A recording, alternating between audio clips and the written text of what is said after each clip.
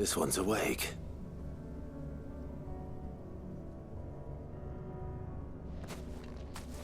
Let's see what's inside.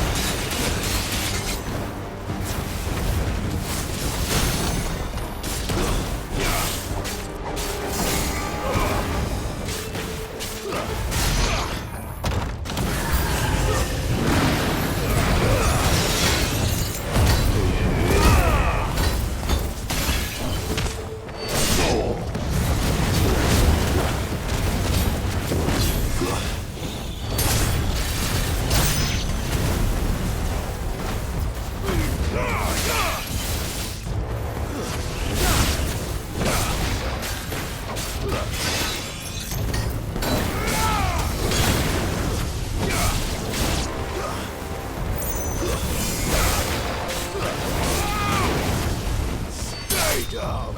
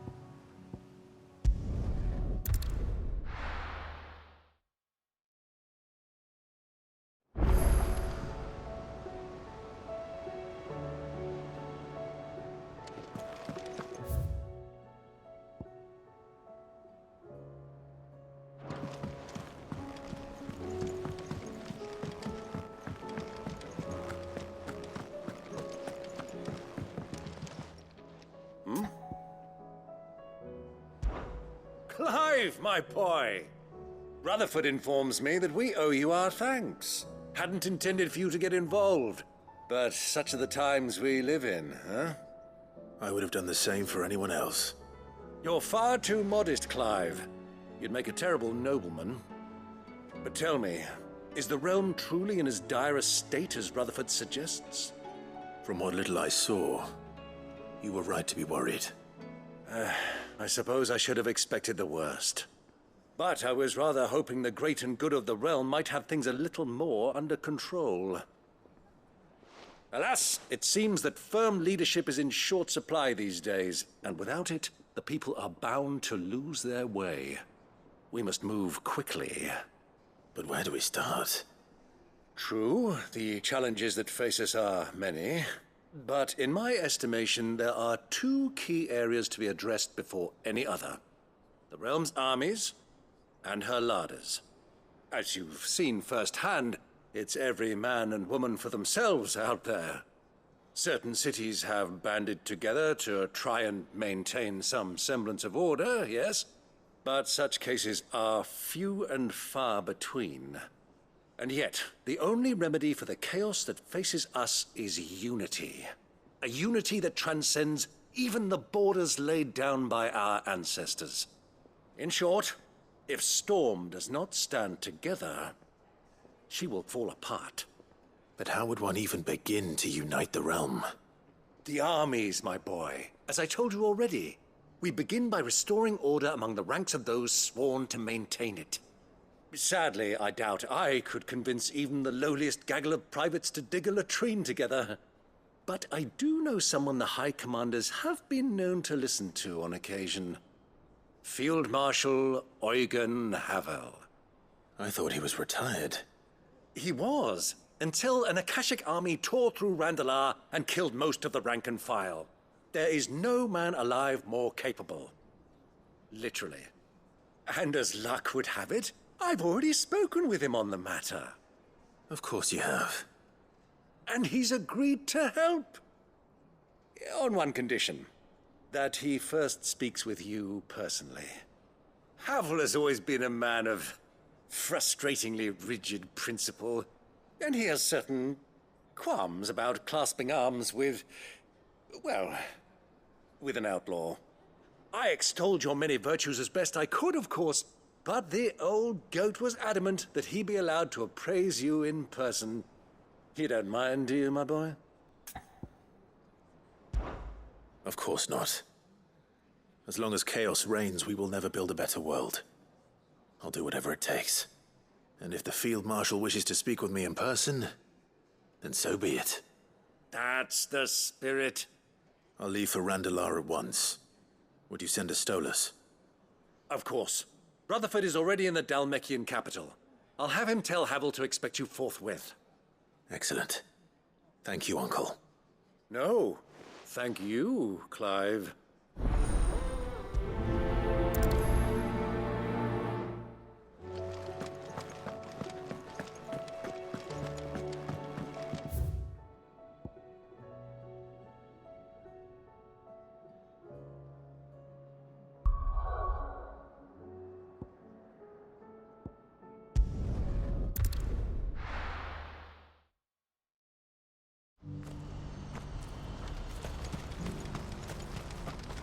Well met.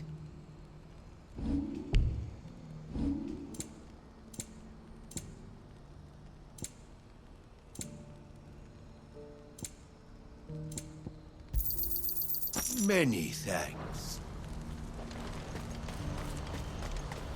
Do you see that too?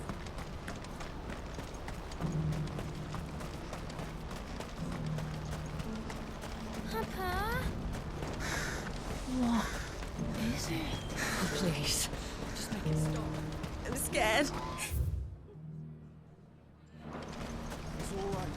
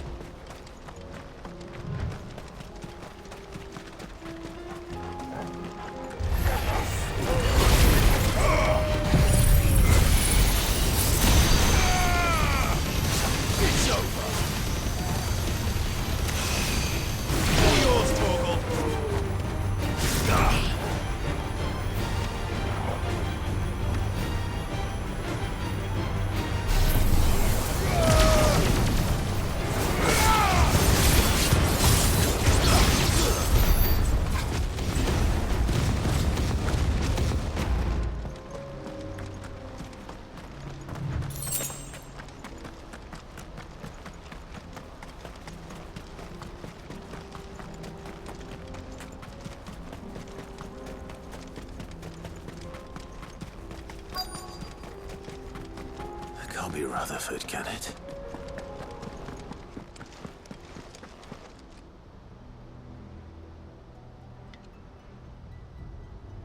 Turncoats and cowards, the lot of you! If it's a fight you want, it's a fight you shall have! Allow me. I don't need your... Please, Field Marshal, oblige him. This won't take long. You're right. It won't. Men, finish him.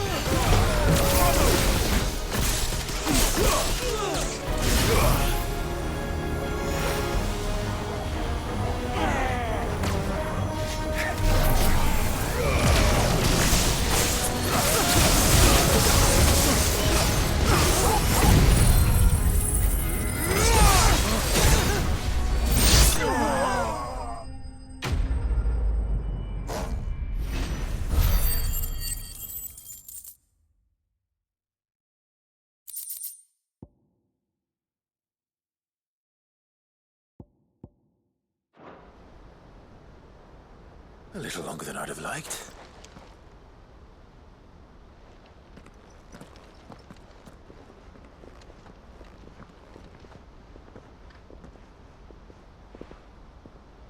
Field Marshal Havel, I presume.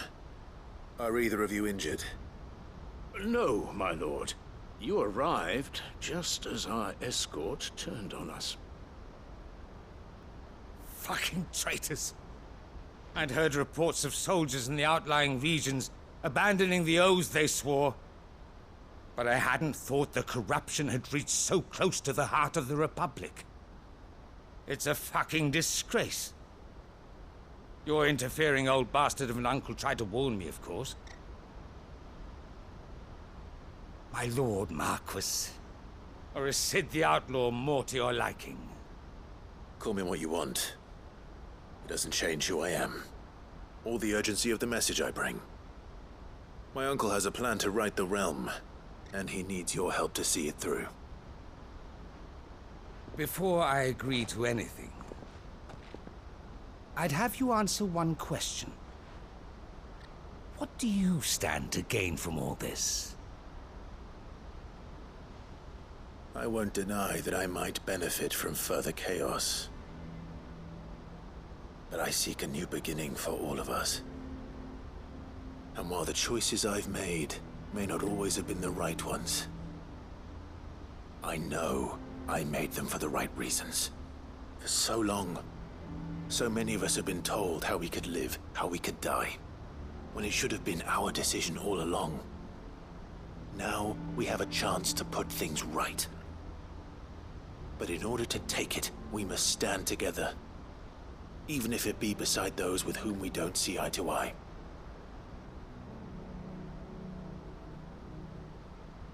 Certainly not the words I expected from an outlaw. But perhaps your uncle was right. You are no ordinary outlaw. I'll never hear the end of this. All right. I'll start by ordering my most trusted guard to bring the Dalmekian fringes under control. Next, I'll make contact with my counterparts in the Imperial Army and see if I can't convince them to try and restore order in their own territory. Thank you, Field Marshal. But they are not the only ones we will need to convince. What do you mean? I don't doubt that I can bully some sense into a few generals. But those they answer to require a different kind of persuasion. And when it comes to honeyed words, well, we will need an envoy. One who can court even the most stubborn of statesmen. You, perhaps. I'm flattered. But I'm no diplomat either. And I have other problems to attend to. What we need is a skilled arbitrator. And I may know just the person. Is that so? And would he happen to be an outlaw too? Of a different kind, perhaps. Beggars can't be choosers. I suppose we'll all have to find a little of the outlaw in ourselves if we're to make it through this. Very well. Send your man to me right away. I shall.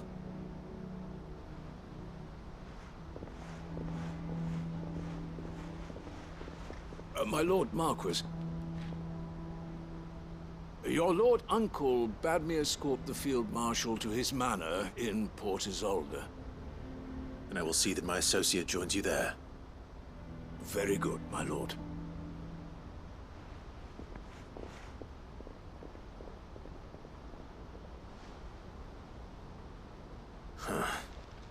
An envoy. I'm not sure I'm the man to talk anyone round. I can barely convince my brother to take his medicine. No. This is a job for someone with experience. Someone like Quentin. I hope I can convince him at least.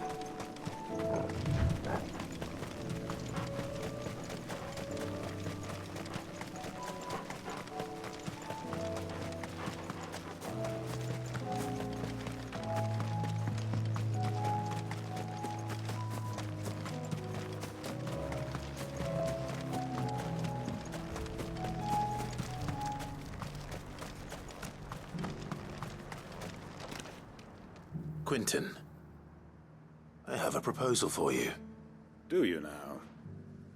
Something tells me you'll be asking more of me than a cask of Gotand gold. Go on then. Propose.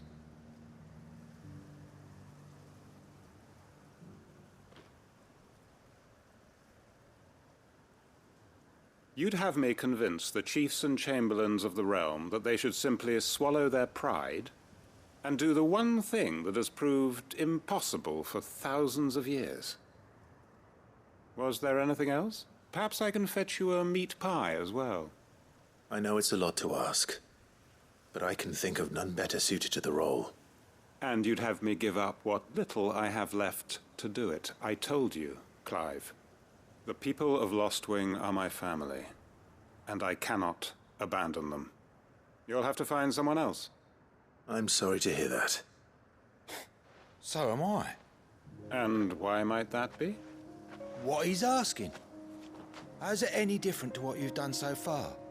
They want you to speak for those who can't speak for themselves. That's what you do best.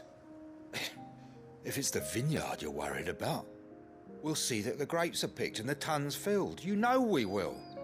It's not that. Then what is it? You said yourself we're family. Don't you trust us? You know that's not what I'm... Then what are you saying? That only we are worth saving? Why turn your back on everyone else?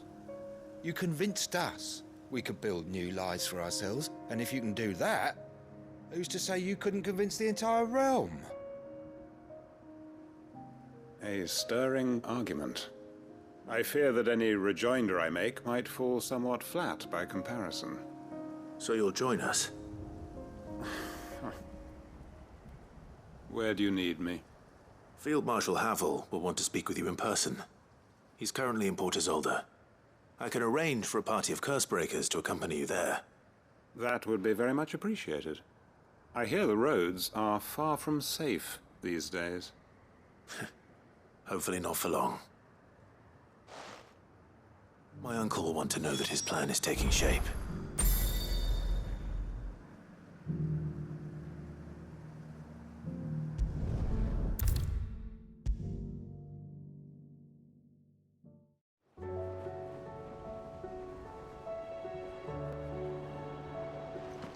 Uncle, I bring good news.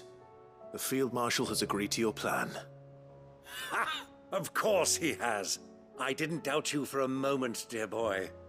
Rutherford is accompanying him back to your manor in Port Isolde as we speak. They will await your return there. As will one other. One other? Who, exactly? Lord Havel was concerned that even if he could get the realm's armies to agree to an accord, he might not be as successful in convincing those with political power. He asked if I might have a solution, and I suggested a certain Imperial Lord Magistrate turned Liberator. One of your co-conspirators? Master Quentin would probably call me one of his, but yes. Another outlaw, then. Just the thing we need to put these rotten politicos in their places. Good thinking, Clive. I'm glad you approve. The more the merrier, eh? Uncle, assuming Havel and Quentin can solve our problem with the armies, you still haven't mentioned how we might manage the grain shortages. Oh, don't you worry, my boy. The 7 high houses will be seeing to that. They have all agreed to make the most generous of donations. Oh, of course, it did take a little persuasion, but luckily I had some unexpected help. From who? Why, you, my boy. Rumor has it that you rescued the Lady Ariane's head steward Rockford from a horde of bloodthirsty bandits. It was more of a handful. Well, the old battle axe was so pleased. She had a shipload of talents delivered to my private docks by the next new moon. And when the other houses saw the parsimonious old crone's purse strings finally loosen, they as good as tripped over themselves in the rush to follow suit. I'm happy to hear it. Now, I must be getting back to the manor. Join us there at your earliest convenience, would you? Of course, Uncle.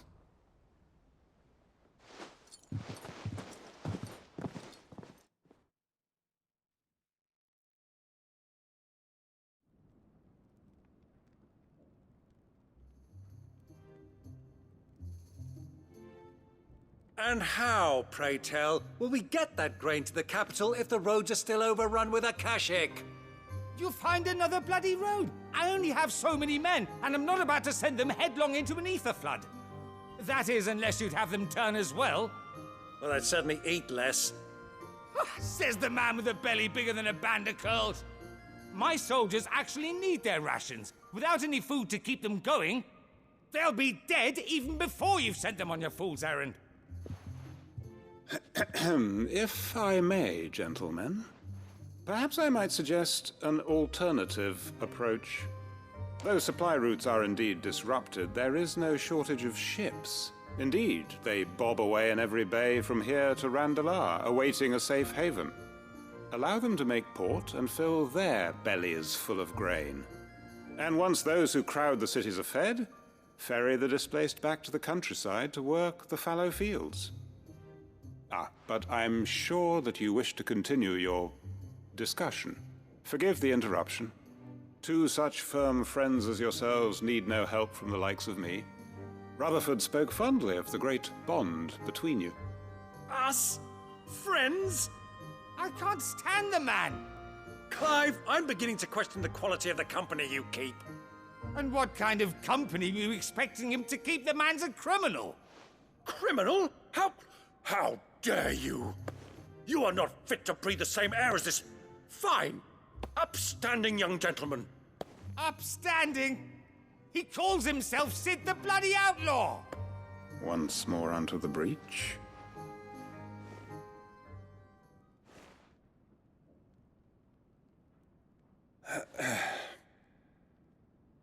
Shall we begin again? What we seek here is not to create a new nation, nor to claim the thrones of those that already exist.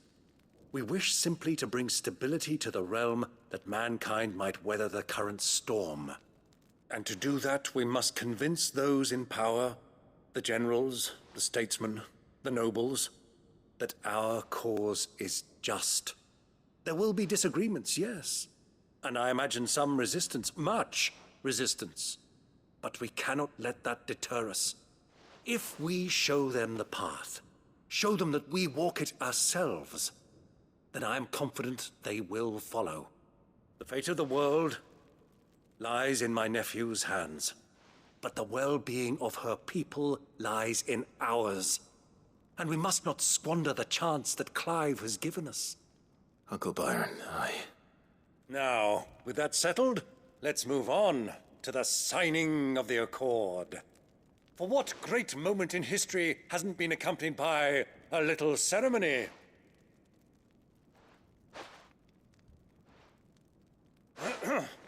Citizens of Valisthea, I present to you the Triunity.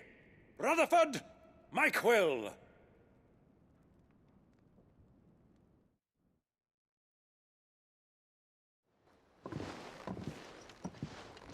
Well, my boy, the stage is set. that it is. This is the role you were born for. Now I ask only that you trust in the talents of your supporting cast. We shall play our parts to the best of our abilities, that you might have the opportunity to shine. The realm needs its Sir Crandall. And there is no better Crandall than you, Clive. I want you to keep this signed accord as proof of our faith in you. I will. Thank you, Uncle.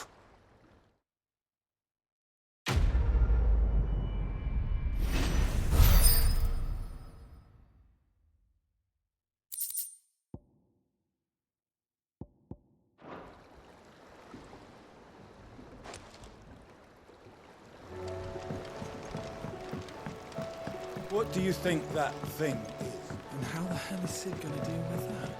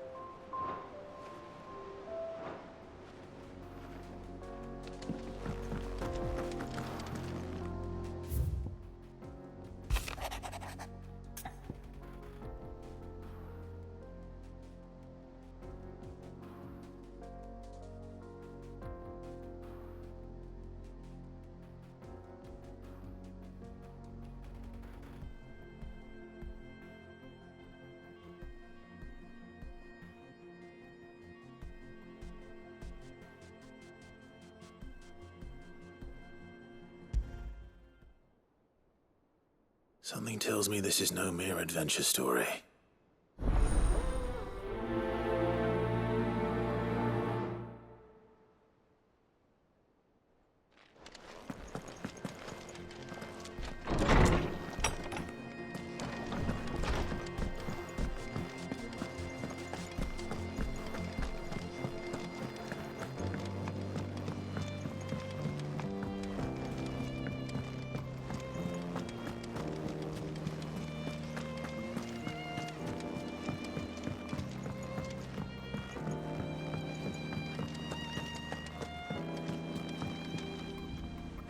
Vivian, I read your note, and I'd be happy to help you find the book you're looking for. Thank you, Clive. But tracking it down will not be easy. Are you sure? Please. You have always granted me your wisdom and insight whenever I asked. It's only right that I return the favor. Or at least attempt to. You are too kind. Alas, what I ask of you is rather more trying than delivering the odd lecture. I spoke with Harpocrates to see if he had any inkling as to where another copy might be found, but... But perhaps it is best that you hear the details from him. If you say so. Forgive me, Clive, for asking this of you. But this book, it set me on the path to becoming who I am today. Its importance cannot be overstated.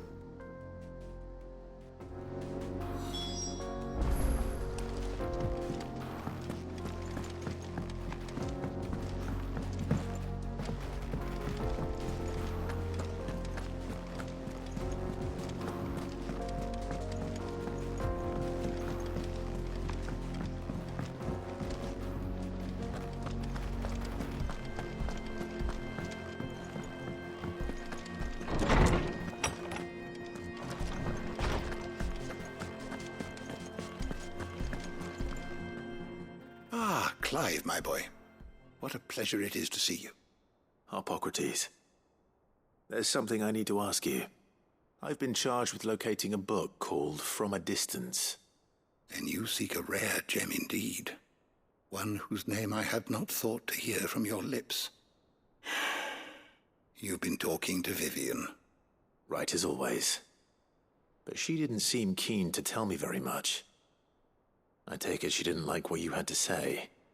And yet I gather it did naught to dissuade her. Clive, if the young professor has tasked you with obtaining a copy, I fear she asks the impossible. The executors would not allow it. The executors? Coveters of Secrets. A clandestine organization committed to the collection and intenebration of forbidden texts and technologies.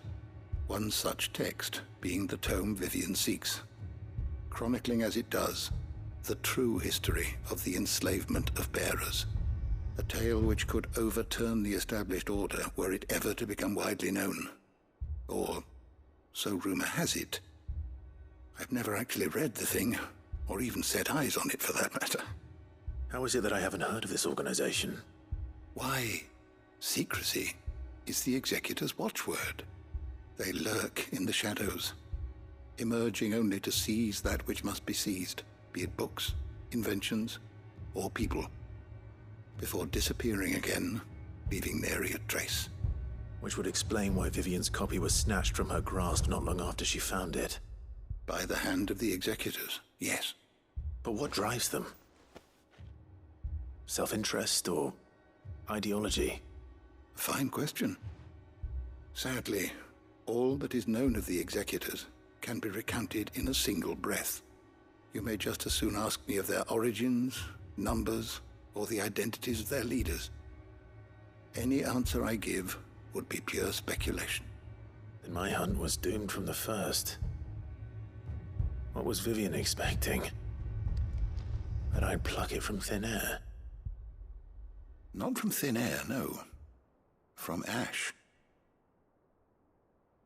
Rumors of the executors are rife among the scholars of Storm, but rather less so across the strait. I have a friend. Well, I had a friend in the village of Garnick, a collector of rare tomes, upon which subject we would oft correspond. Alas, I have heard naught from him since the skies fell dark. And no doubt he too has turned. But though he did not mention it by name, it is possible that a surviving copy of From a Distance yet rests upon one of his many shelves, quietly awaiting discovery. If you were, by some chance, able to save even a single book from the poor man's library, I know his soul would rest easier. Very well. When I next find myself in Waloed, I'll be sure to pay Garnick a visit. Ah, Clive. A moment, if I may. You'll be pleased to hear that I've completed another volume. And while my collection is still far from becoming the 1,000 tomes that young Crow has quaintly dubbed it, I hope the knowledge chronicled within might yet be of some benefit to the Hideaway. Of course, I would not have penned half as many volumes without the tales you and the others bring back from your travels, for which generosity I shall be forever grateful.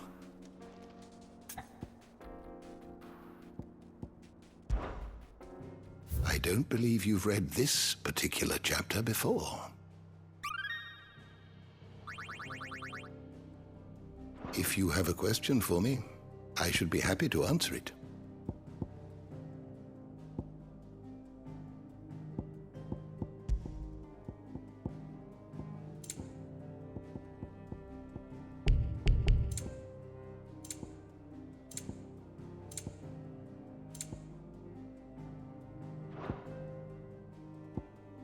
The door to the shelves shall ever be open.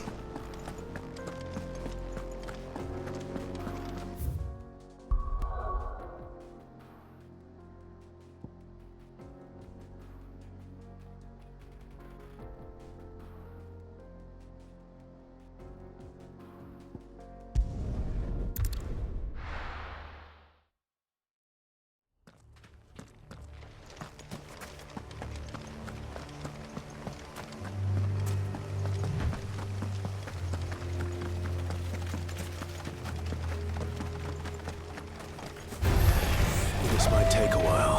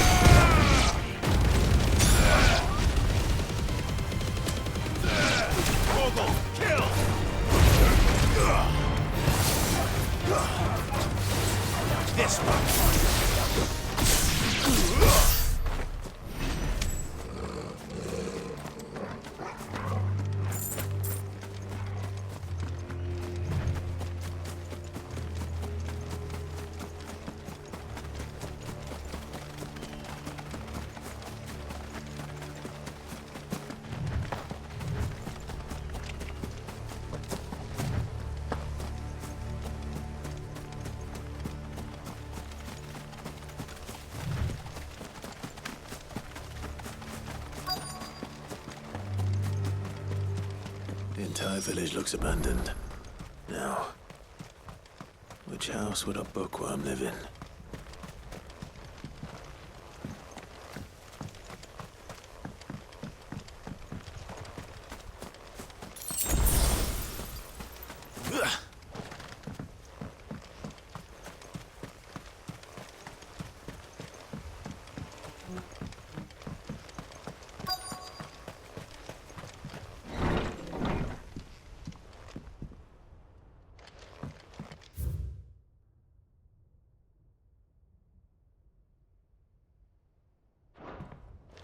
This is a Royal Army logbook.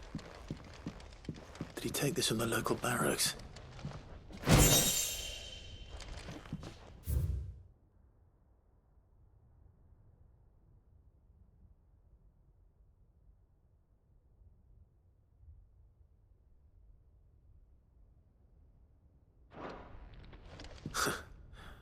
His interest was...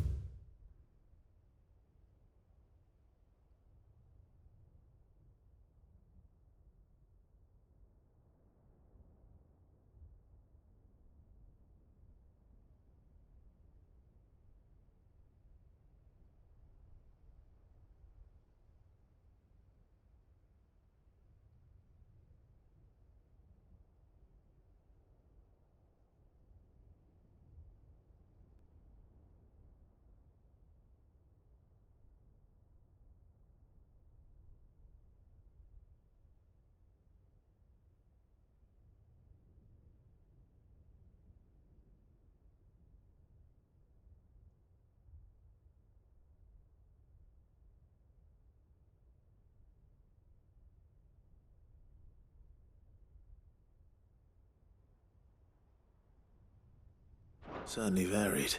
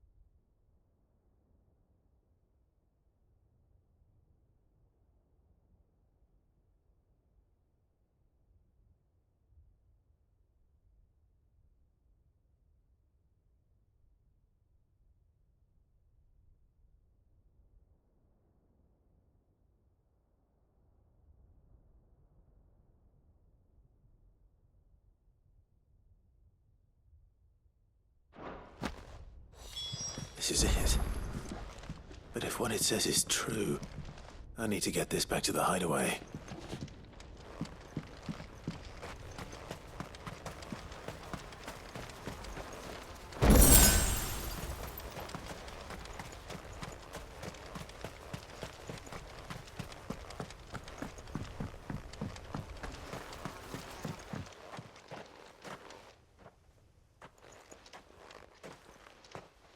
Leaving so soon, stranger? We've been watching you. From a distance, so to speak. Subtle. I know who you are. Then we need not waste time on introductions. Hand me the book. Leave it in our care and return to your life. Your care? Do you mean to burn it or bury it? That is not my decision to make. But by one means or another, its contents shall be removed from the common record. Then I'll have to politely refuse. I won't let you erase our history. Then we find ourselves at an impasse. Very well. The book can just as easily be pried from your dead hand.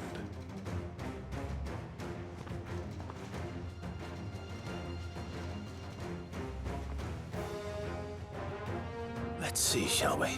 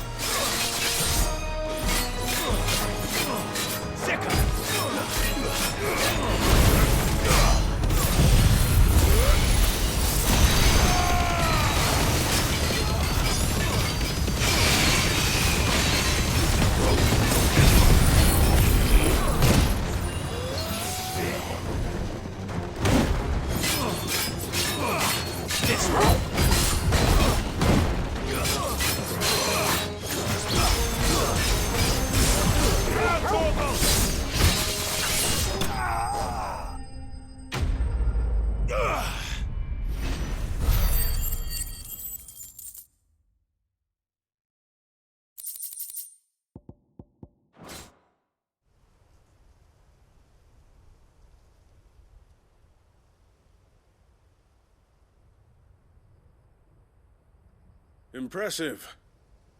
But we have other means. We shall claim the book yet. Why do you want it so badly anyway? It lays out in no uncertain terms the vanity and avarice of mankind. It tells the shameful history of the persecution and oppression of a gifted few by a giftless many. Would you say that this interpretation was correct? I don't know. You don't know. Your sword may be sharp, but your wits are dull. So let me answer for you.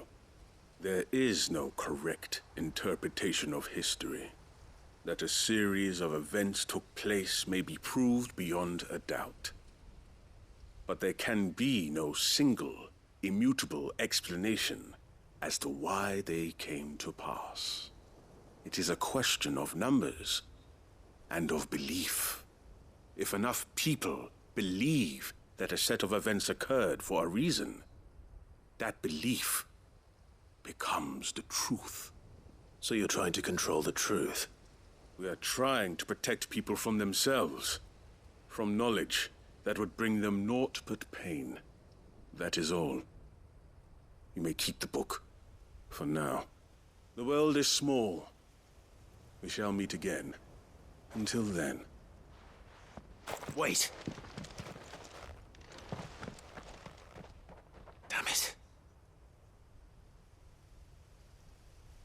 Let's get this back to Vivian.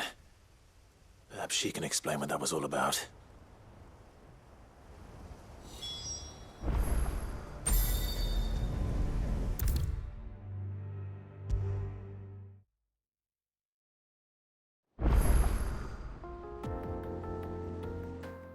Vivian. I found it. The book you lost.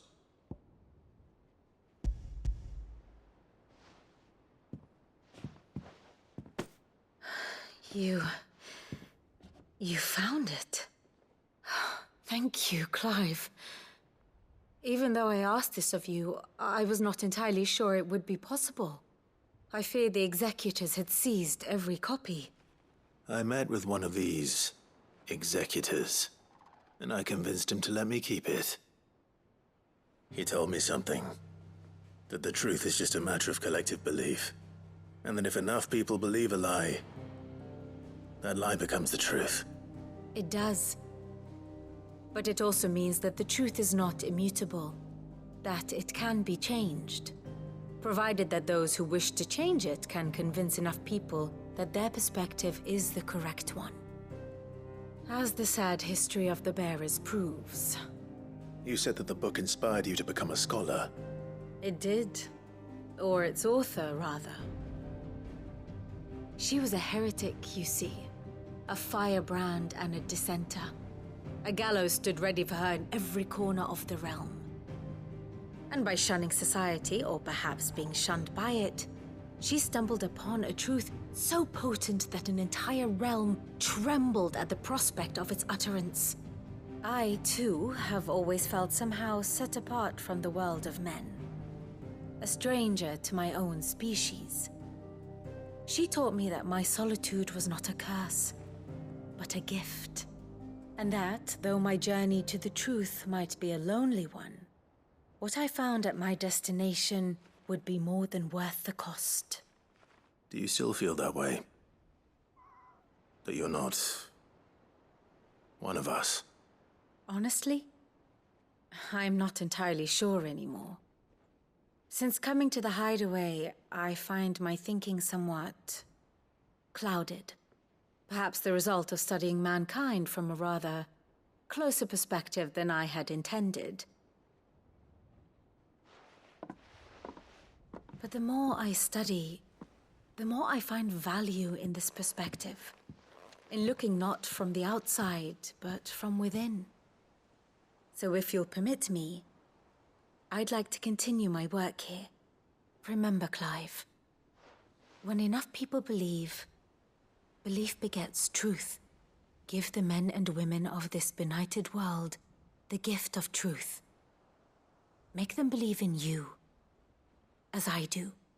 I'll try, Vivian. I'll try.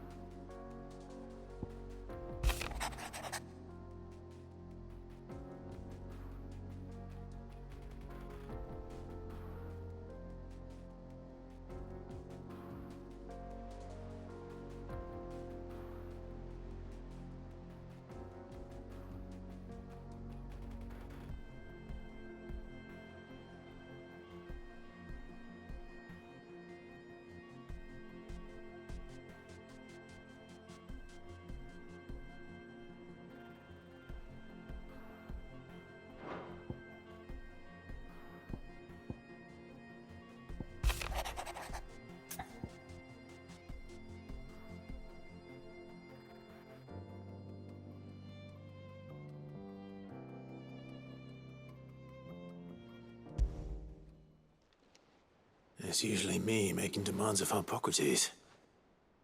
I wonder what this is about.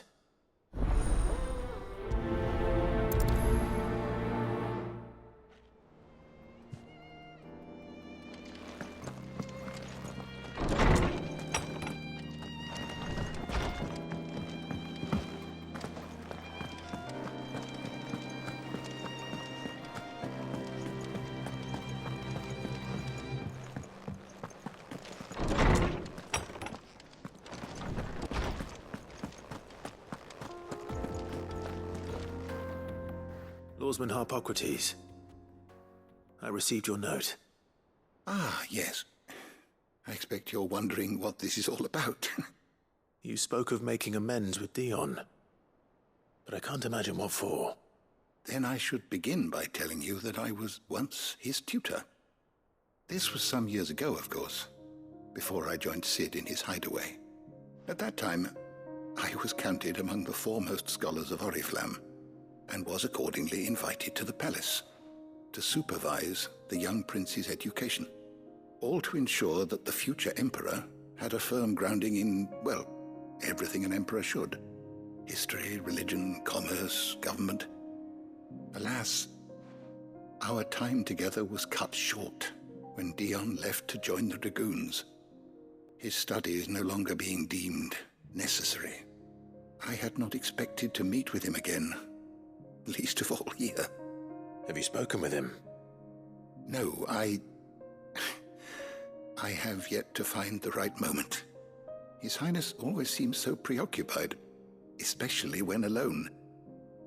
I would not wish to disturb his ruminations with idle words of greeting, not when I know he dwells upon the evil Ultima had him commit in the Dominion. The guilt weighs heavily on him, I know. But as you say, that was Ultima's doing. Surely you can't blame yourself. When I first met him, it was not guilt, but his people's expectations that weighed heavily upon him. And I did nothing to ease that burden. He bore it alone, until the day he could not bear it any longer. It is one of my greatest regrets that I only ever offered him my wisdom, when what he truly needed was friendship. The blame for Dion's transgressions lies not only on his shoulders, but on mine. I see. I'm ready to help you in any way that I can. Then I beg that you bring me a wild wyvern tail. Apothecaries across the ages agree that even to glimpse such a flower is to be granted inner solace. Fabulists and fraudsters all, of course. But there is oft a seed of truth to be found where even the most outlandish opinions align. Well, it can't hurt to try. Where can I find this flower? And how will I know it? You have seen cultivated wyvern tails before, I trust. The lily-white blossoms from whose roots the poisonous ink for the brand is distilled. Well, those which grow in the wild differ only in their purple hue. The harsher the environment in which they are raised, the deeper the color. There is a waterfall in Rickmal's roost across the strait, where the flowers once grew in abundance. Whether they still survive there, I know not. But try as I might, I can find no likelier location. It's all right. I'll find you a wyvern tail one way or another. Thank you, Clive.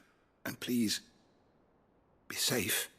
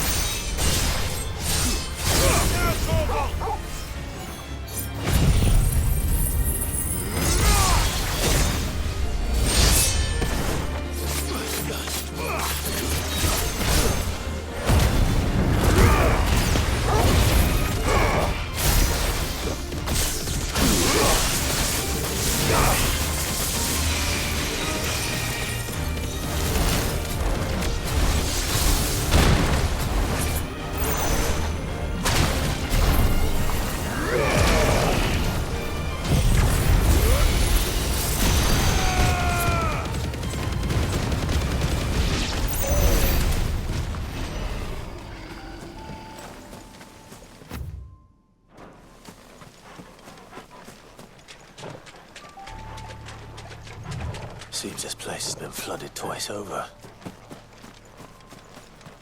Purple flowers blooming next to a waterfall. Shouldn't be too hard to find.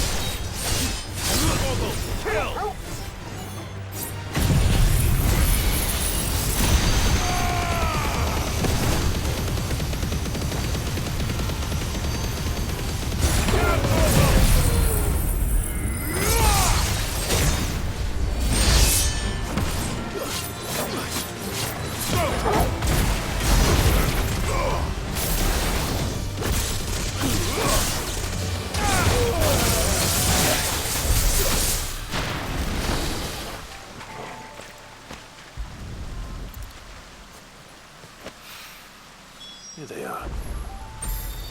Might as well pick enough for a bunch, I suppose.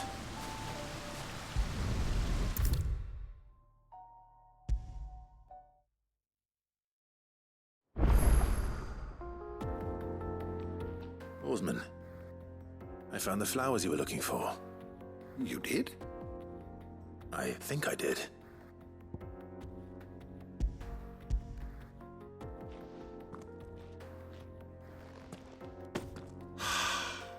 You did indeed. My dear boy, thank you. You wanted to make Dion a gift of one, did you not? Shall I invite him to join us? Oh, I don't... It's no trouble. I'll go and fetch him.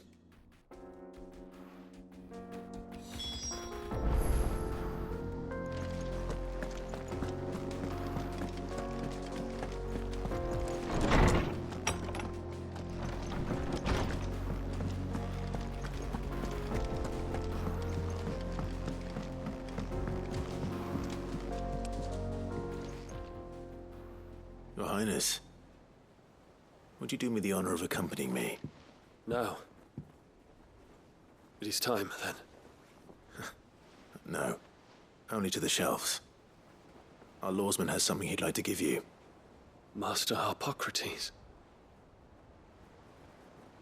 No. I dare not show my face before him. Not after everything I have done. I have taken countless innocent lives. And ruined countless more. All because I was weak. I have sworn to atone for my crimes or die in the attempt. But were I to meet with him again, and see in his eyes what I have become, I fear that my resolve might falter. Then that is all the more reason to do it. Test your resolve. Prove to yourself, and to him, how strong it truly is.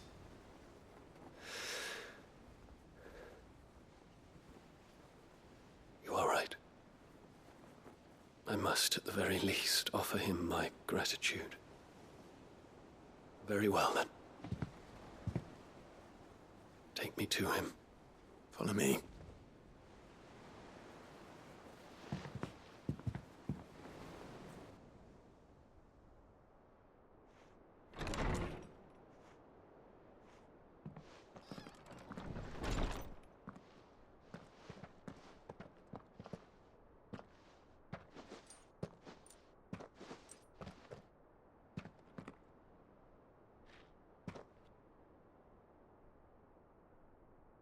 Even now, I hesitate to approach him. What must he think of me? You'd be surprised.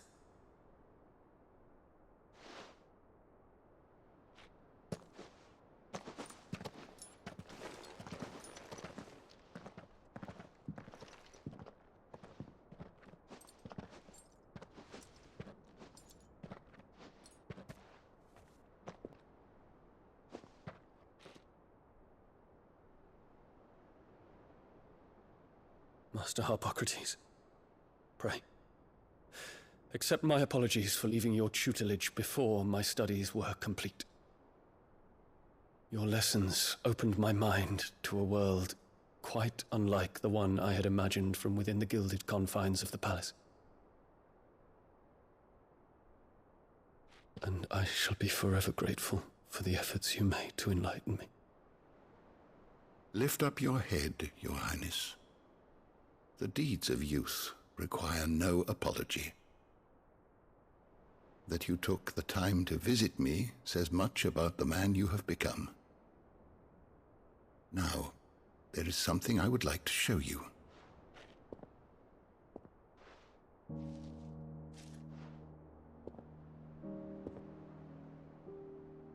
Is that a wyvern tail? The color is unfamiliar to me. Because it is unique to those found in the wild. Something in the harsh environments in which they grow lends them this striking hue. Their roots are indistinguishable from those of their hothouse cousins, but once they bloom, the difference is immediately apparent. In this flower, I see you, Your Highness. Its roots were the roots of a wyvern tail, with all that implies. But they do not define it. Just as yours do not define you. I want you to have it, that it might remind you of this truth.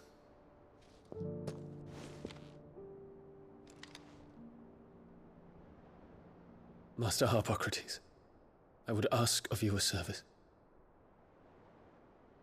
Keep your gift until I have fulfilled my duty to the realm, for only then shall I be deserving of it.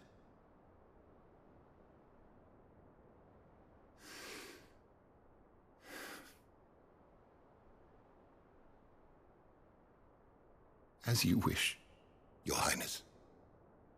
I shall await your return.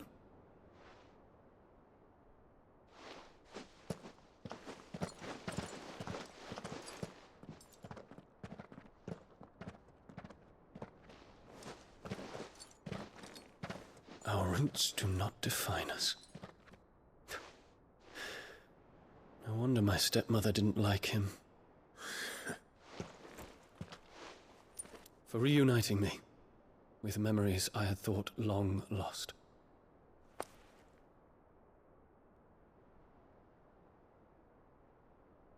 I shall not forget this.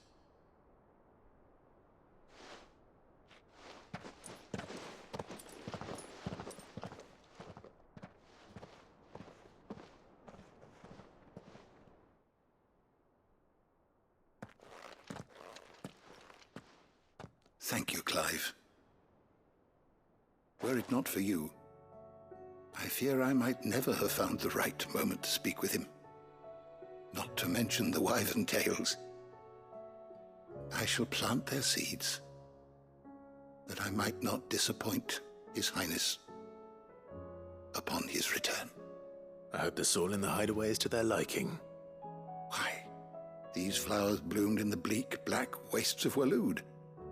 I'm sure Nigel's yard will suit them to a T.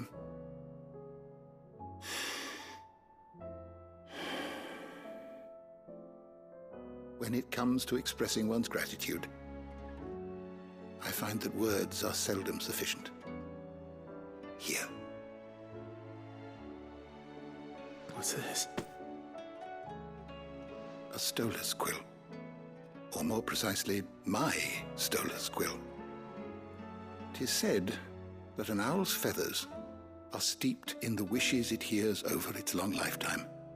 All those words just waiting to pour out onto the page. So consider this my wish for you. That one day you may put down your sword and pick up that pen. Well, when that day comes, I'll certainly have a lot to write about. Thank you, Harpocrates. It shall have pride of place in my chamber.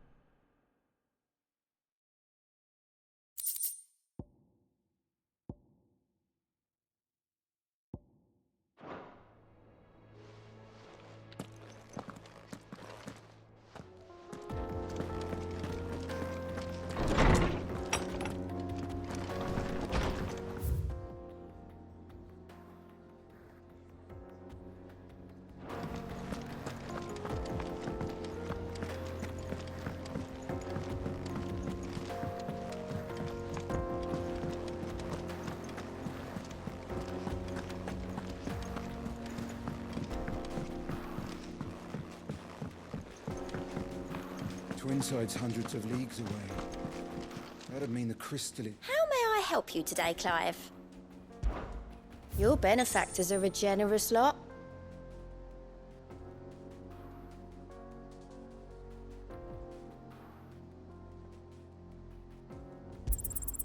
Here you are. Best of luck out there, Sid.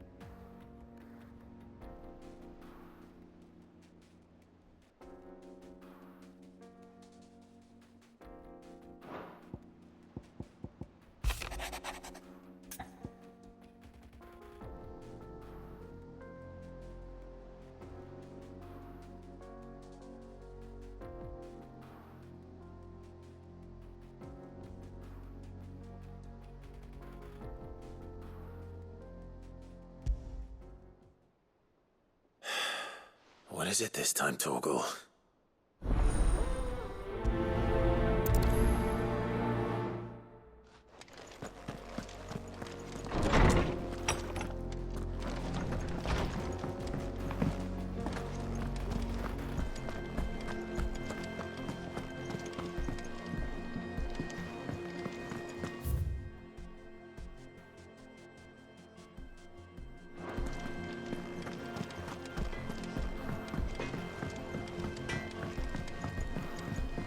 Say what you will.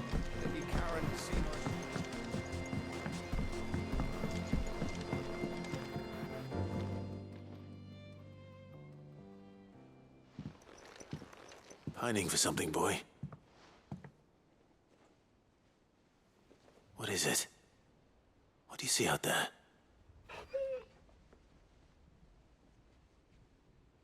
I never did ask where you got that anklet of yours. From Sid, that's why. On the day he brought him home. That long ago? And you're only thinking to ask this now? Sid saw that the pup had a habit of gnawing on his leg, since you ask. Clap that there iron on him to keep him from doing it. What was wrong, boy? I'll take like as not. Must have been hard on the poor whelp losing his loving masters at such a young age. Doubly hard in being a frost wolf, torn away from his icons and all. Sid would always tell him, you want that iron gone, you find what it is you're looking for. I reckon what he was looking for was you. I'm sorry, Torgal. Sorry for making you wait so long. Let's get that thing off you.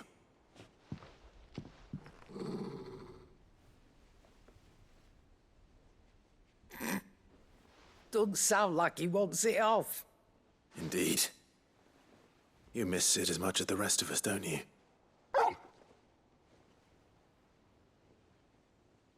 You want me to go with you somewhere?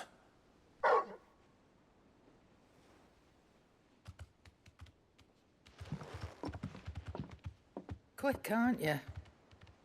Glad you've been paying attention. Not nearly as much as you have, Lady Karen. Aye, good thing and all. It's not like Gav would have kept him in nuts and rubbed his belly these past 10 summers. Your kindness is appreciated. You've been a good friend to him. Only because he doesn't talk back like the rest of you. Go on now.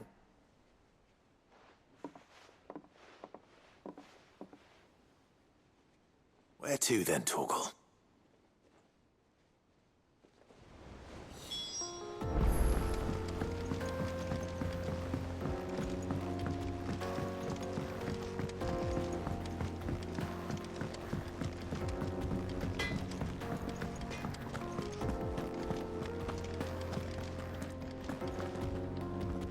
All right, Torgal. Where are you taking me? I'm going to need a little bit more than that, boy. Do you have a better hint for me? Unless... you've already given me one. Back on the rear deck, you were looking west, toward Rosaria.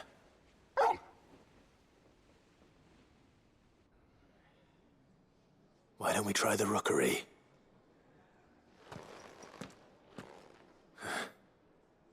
I haven't been to the island in almost 20 years. To Port Isolde, then. Fingers crossed the old mooring is still there.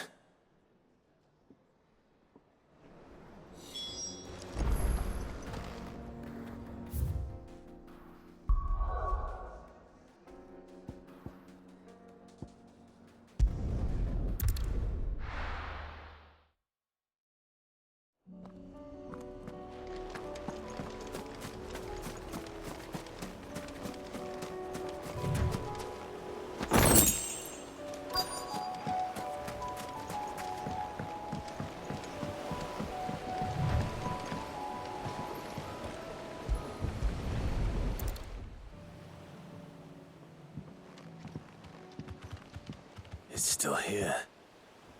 After all these years. A lot smaller than I remember. And you're a lot bigger. You might have to swim, boy.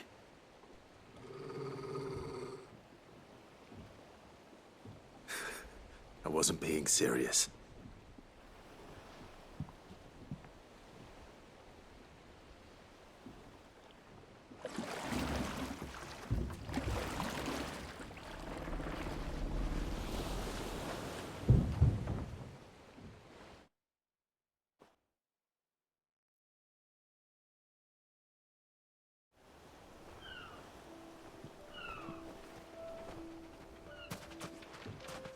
This place hasn't changed at all. The rookery's right through those trees. Come on. Race you there? I bet I could still beat you.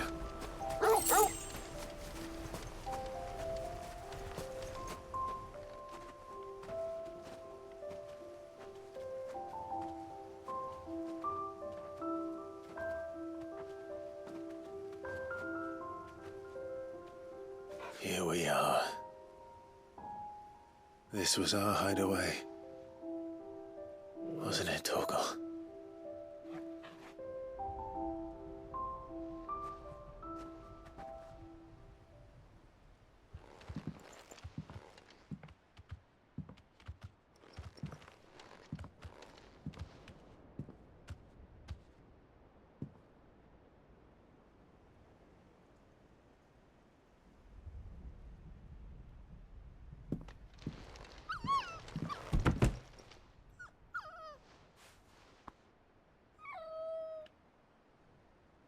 Coming here helped me to forget who I was.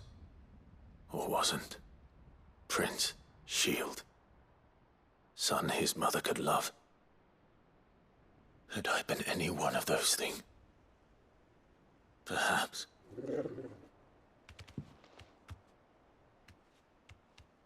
What is it, boy?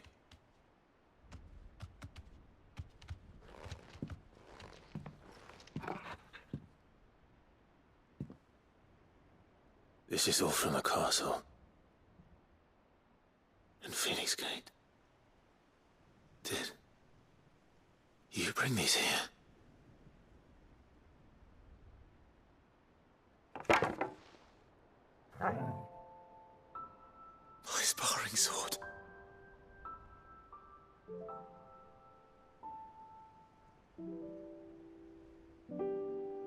Well. You never stopped looking for me, did you, boy?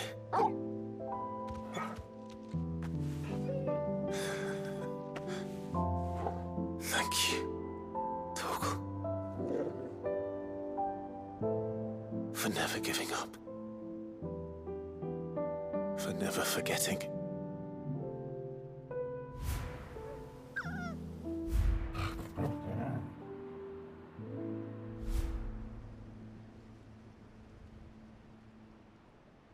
Let's take this with us, shall we? So I don't forget either.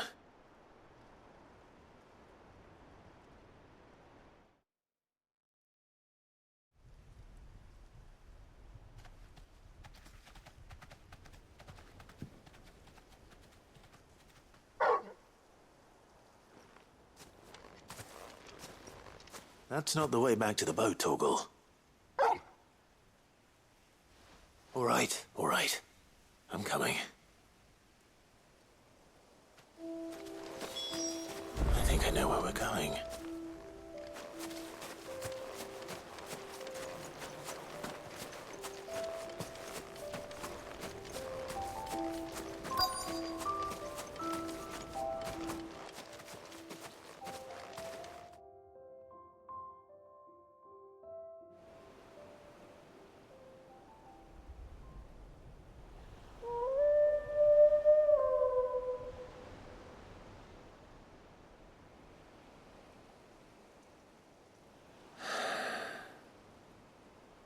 People always talk about the importance of putting the past behind you.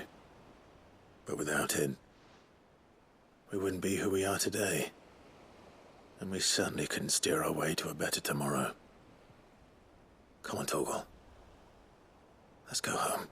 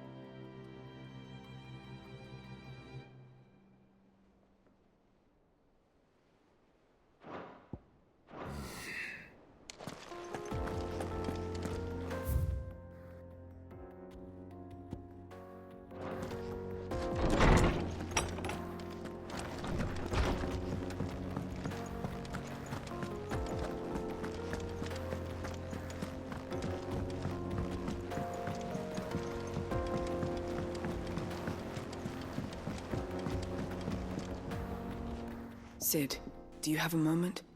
By all means. It's my old master. Seems there's no escaping her. She found some way to send me a letter. And something else. Records from a Waluda prison.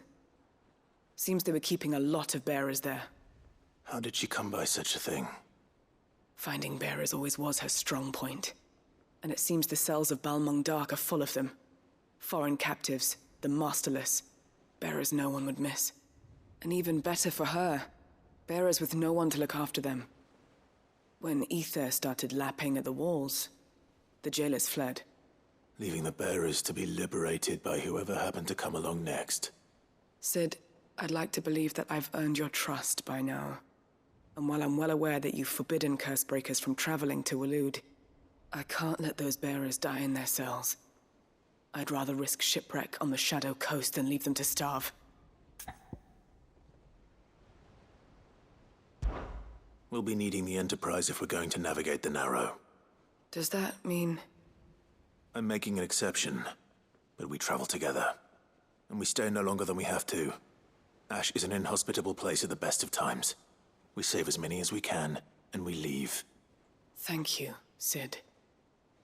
There was a name in the prison register. A name from my past. Chadwick. Another of my former master's protégés. A gifted soldier, and the closest thing I had to family. The thought of him held captive in that place. He must be very important to you. He was. Is. Then we find him. The entrance to the prison lies in the shadow of Ravenwit Walls, just beyond the portcullis. We should head there as quickly as we can. I only pray there are still bearers alive to save. As do I, Doris.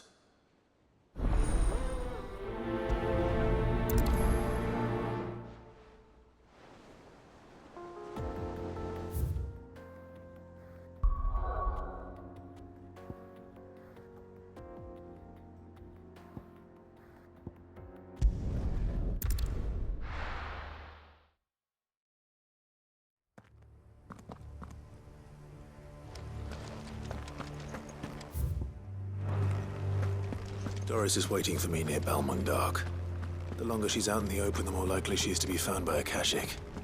I need to hurry.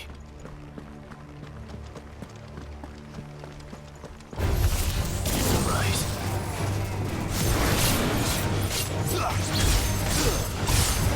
Over here!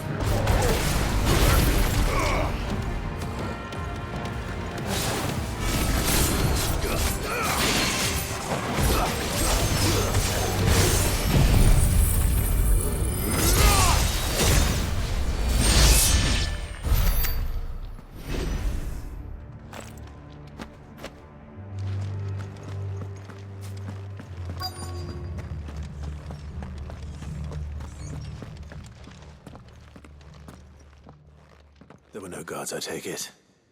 None manning the gates, no. It's a different story inside, though. The corridors are crawling with the Kashyyyk. Most likely guards left behind when the wardens ran. If Chadwick was being held here, I worry that he may already be. Don't give up hope just yet, but let's move quickly. Let me check the ground floor. The ether's thickest there. Then I'll search the upper level. Good luck, Sid. Stay safe.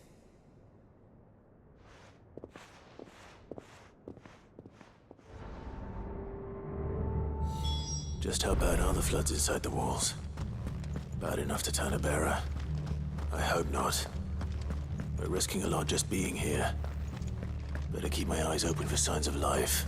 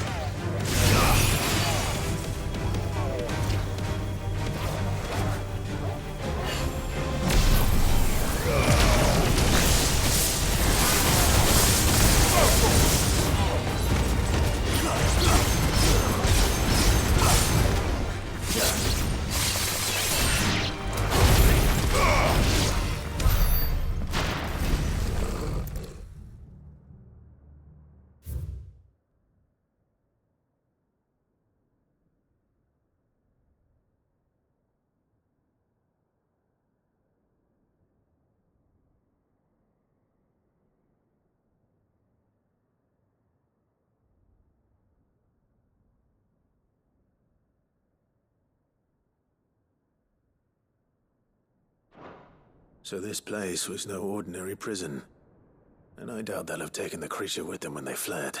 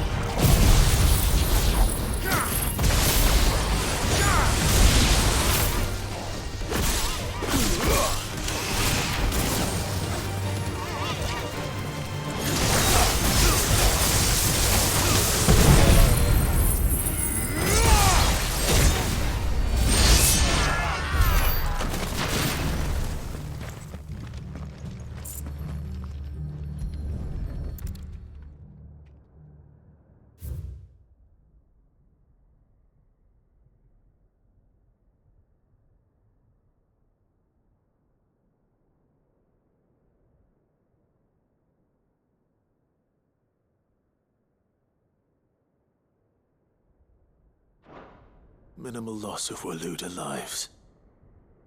And what happens when they run out of bearers? Even the Imperials take better care of their branded than that.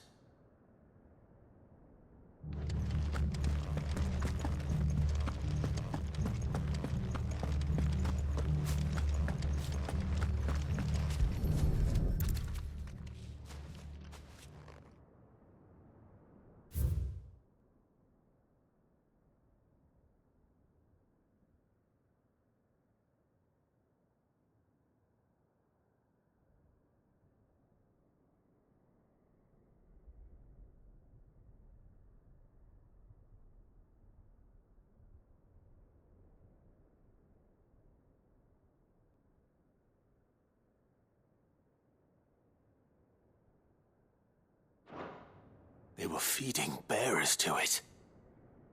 This is even worse than I'd feared. Nothing but a caching down here. Hopefully things are looking better upstairs. I should go and see how Doris is getting on.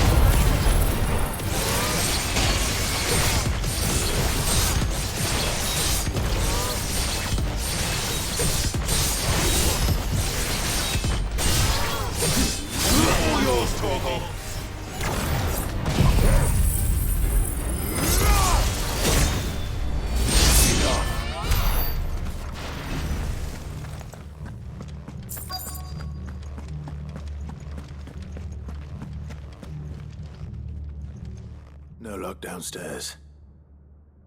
But I did find out that this place was more than just a prison. Something far more sinister was happening here. I know.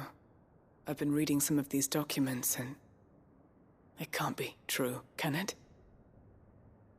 Bearers die every day in service of their masters, but this is so much worse. Pitting bearers against a wild beast armed with nothing but their wits?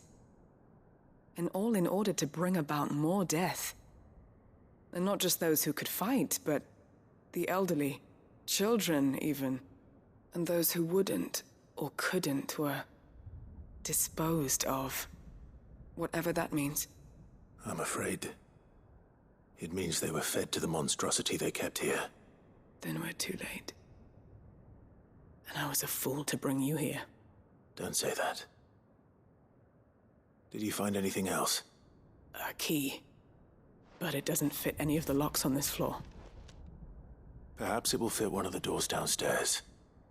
There's a corridor I haven't searched yet. Finish up here, then come and find me when you're ready. All right. I'll be there in a moment.